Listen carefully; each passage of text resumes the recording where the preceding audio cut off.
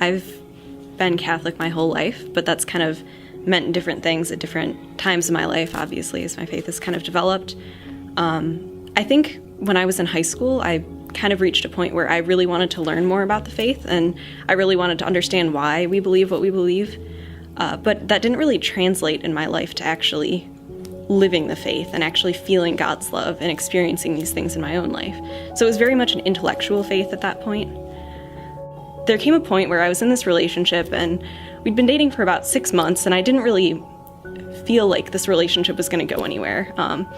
The guy I was dating wasn't Catholic. We'd met through band. We were both, we had a lot in common, cared about school, cared about band, but there was this whole part of my life, my faith life, that I just didn't share with him. And I knew that there wasn't really potential for a relationship if that was the way I felt about it.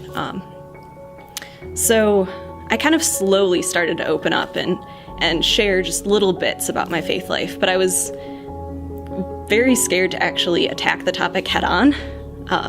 So a turning point came one night when I kind of brought up that I wanted to have this Catholic marriage and this Catholic life, and that I wasn't really sure how to live that out. And I was alone that night, and just kind of thinking about the relationship, thinking about where I was in life, and just kind of had one of those honest, almost involuntary prayer moments of asking God if it was really possible for me to love. I said, Lord, I need to know that this is possible. It doesn't have to be today or tomorrow or even a few years from now, but I need to know in some way that I'll be able to live out this vocation.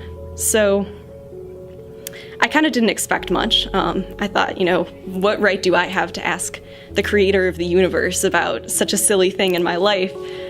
But what ended up happening was that the next day I got a phone call from my boyfriend, and he asked if he could come to Mass with me.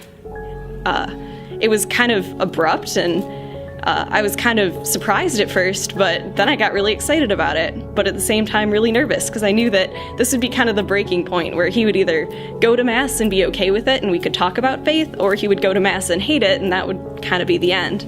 So he ended up just completely falling in love with the Mass, and he mentioned during the Sign of Peace just feeling this peace come over him and just knowing that it was from Christ somehow. So that point in my life, there were a lot of things that happened around that point as well that just felt like God communicating with me, and I really started to feel his love and started to understand what love was to a greater degree, that it's about sacrifice, it's about work, it's not just a feeling, or it's not just something that happens. Yeah, I definitely think there's this view as a kid, but even, as we grow older, that saints are just kind of born that way. Like, there's something about them that's different, where all through their lives they've just been so holy and so dedicated, and they started so young, almost like, prodigies you hear about, where they started developing the skill when they were 3-4 years old, and they either just have it or don't. But more and more, as looking at the lives of saints, sometimes it can be overwhelming because they seem like they've done all these amazing things and had all these amazing things happen to them, but they had to start somewhere. And I think it's important to realize that no matter where we are now, we could really be anywhere a day from now or a year from now or by the end of our lives.